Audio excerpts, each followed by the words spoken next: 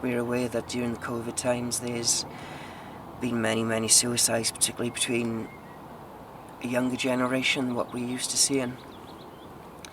So we're hoping to provide the rugby club coaching staff with these qualifications and knowledge and understanding of signposting and recognising symptoms. Because I kind of see rugby clubs as a support group for males that are already pre-packaged and they run themselves and they're great and they're doing the fitness, and it is what it is. But more awareness needs to be amongst them, and if through my efforts that can be achieved, then I really can be a happy man. Somebody asked me once how I've managed to achieve everything I have with Endex with my problems, and the best way I can describe it is it's like myself being the king on a chessboard. This might sound great, but the reality of the king being on the chessboard is a lot of people want to take him down, and he can only move one space at a time, and without the other pieces around him he's very vulnerable. So I've always been very appreciative to the people that have helped me, very appreciative to my girlfriend, my partner, and to my family for showing me all the support that they have.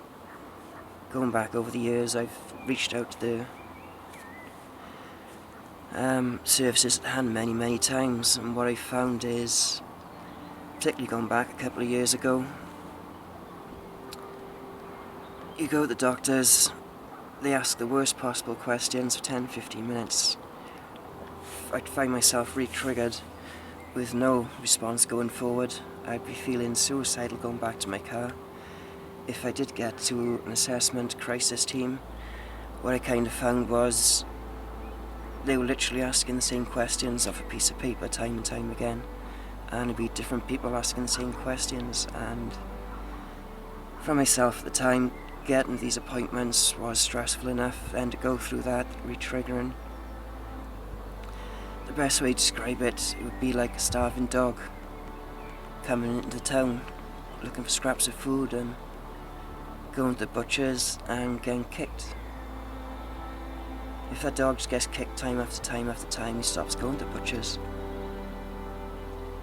It was the same for myself. I felt every time I'd gone there, I was getting kicked.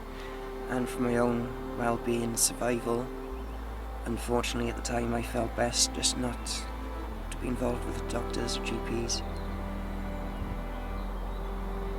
I am now very grateful for my counsellor. She's a wonderful woman and I trust her, and I do make the most of every counselling session. And if I had to give advice to somebody with mental health concerns, it would be to get professional help.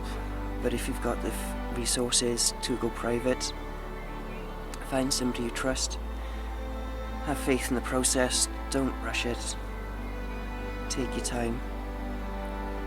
Be aware of your emotional responses. If you find your anxiety's getting risen, starting to breathe faster, talk faster, stop, have a breather, take time, ground yourself, and come back to the problem at a later date of discussion, at a later date. There's no need to rush through these sensitive talks. The best thing you can do is talk calmly, positively, and try to look for solutions, and always try to keep your eyes going forward. Respect the past, but always look forward. So again, my name is Michael Allen for indexcymru.org, and thank you very much for your time.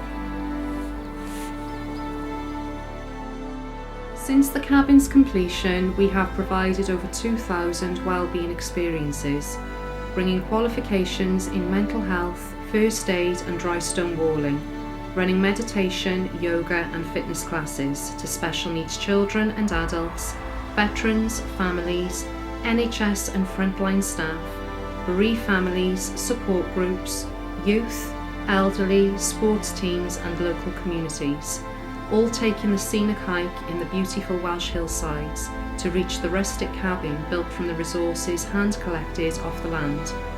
To date, Mike has not received any grants, but instead raised £2,800 to provide all these wellbeing and mental health opportunities.